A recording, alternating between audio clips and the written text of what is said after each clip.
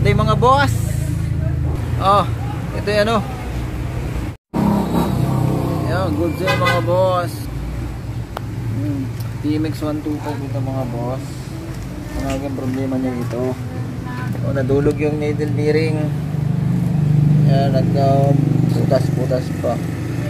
Pumapalo yung kanyang kicker doon sa kanyang muffler. Yan, yun yung lupok. Yun yung isang problema niyan. Tapos sasabay na rin yung third gear. Yan, yun yung mga gawa natin dito. Tapos kasunod, itong 6 speed na barako, hindi tayo nag-6 nito. Yan, wala lalagyan ng o-ring. Hindi nakatabas yung kunya. Tumabas konti. Yan. Yan, hindi yan. Medyo sala yan mga boss.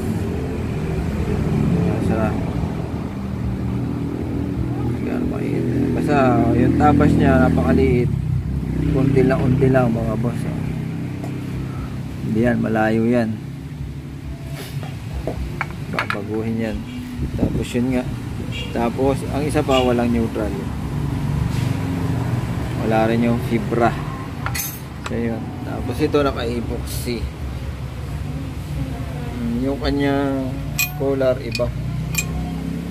Yun yung mga i-repair natin dito sa ngayon. Tapos nahirapan sa sigunyal kasi ang daming ukab. Yun. Then kasunod on the CB, ito naman connecting rod. Ganun din. Connecting rod, nausok, paksana. So yan yung mga gawa natin mga boss. And balik tayo dun sa TMX 125.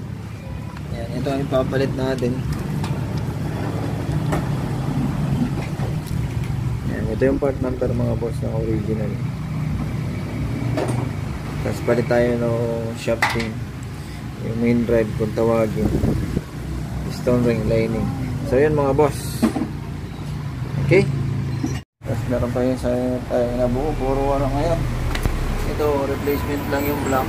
Pero yan, bago connecting rod, balit ng head, pero second hand din lang kasi sumabog to mga boss.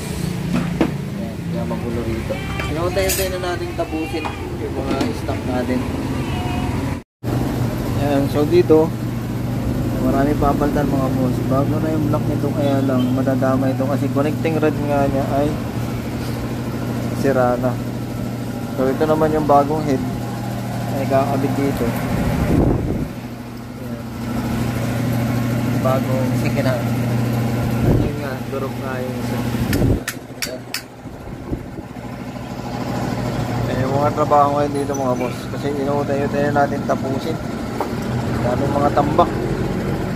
Kasi ang kaniliwang problema lang naman talaga nito ay stick bearing. Buti hindi nadamay ito. Minsan kasi kumakapit ito eh. Buti hindi nadamay. Kaya yun. Kaya lang yun nga, pumangit. Dami mga bakal-bakal. So ito, third gear magkasama. Bagong balik yan. So ayun siya.